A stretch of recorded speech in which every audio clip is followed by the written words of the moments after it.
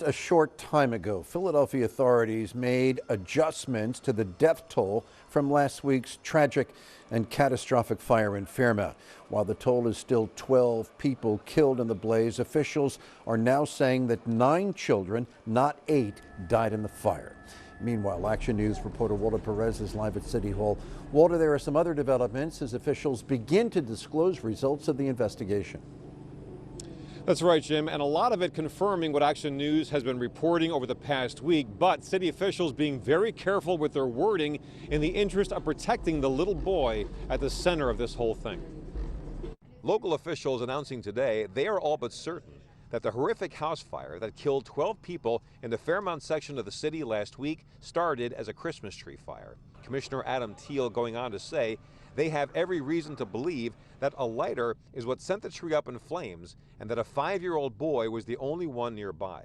Thiel says the ensuing blaze was so powerful that the people on the upper floors had little chance of escaping. There was zero visibility. High heat, and by high heat, I'm talking about 900 to 1,000 degrees at the ceiling. Of the 12 people who died, 9 were children. Officials saying a total of 22 people were inside that Philadelphia Housing Authority dwelling, including 14 members of a family living on the 2nd and 3rd floors who had been PHA clients for years.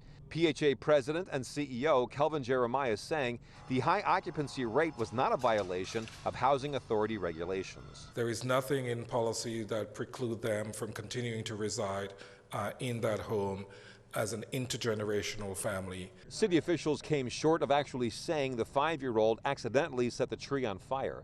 But a warrant tied to this case spelled out how investigators were working to confirm if a child playing with a lighter started that blaze.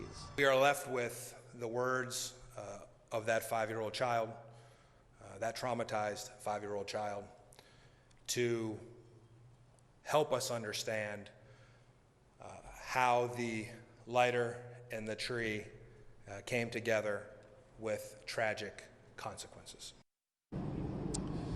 And one more clarification to pass along here. City officials saying there were 7 smoke detectors inside that house. Now they're saying one was operational, but it was in the basement and didn't go off until the house was fully engulfed in flames. All 12 victims died of smoke inhalation. Reporting live from City Hall, Walter Perez, Channel 6 Action News. Jim? Thank you, Walter.